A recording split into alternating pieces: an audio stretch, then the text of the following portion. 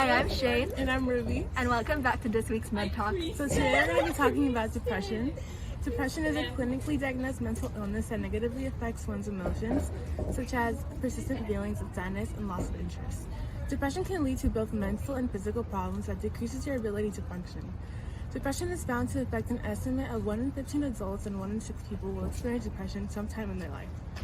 This mental illness can occur at any point in someone's life, but commonly appears during the late teens or mid-20s. Recent studies have shown that women are more likely to experience depression or at least one depressive episode in their lifetime compared to men.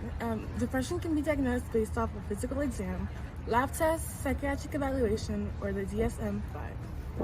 A common misconception about depression is that it's relatively similar to feelings of grief or sadness, but depression, unlike these fleeting emotions, can occur for long continuous periods. Depression is likely found in people who have experienced traumatic events such as the loss of a loved one, loss of a job, or the culmination of a significant relationship.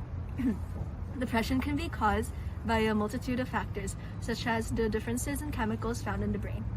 Other factors consist of genetics, where depression can be hereditary, as well as one's unique personality, those who are easily anxious or overwhelmed, and environmental factors like, for example, continuous exposure to violence, neglect, or poverty.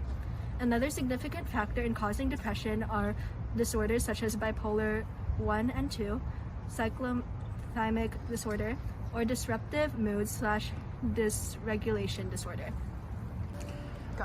Depression affects each individual differently, since everyone has different experiences, but certain age groups are found to have certain symptoms of depression that correlate to their age.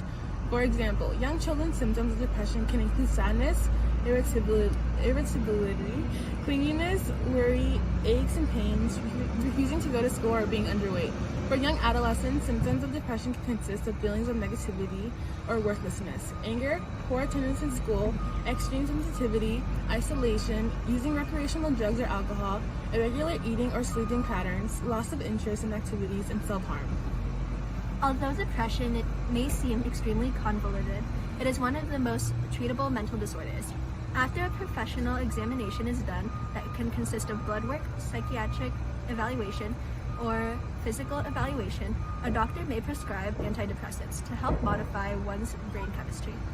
Another method of treatment consists of psychotherapy, but is only utilized for those experiencing mild depression.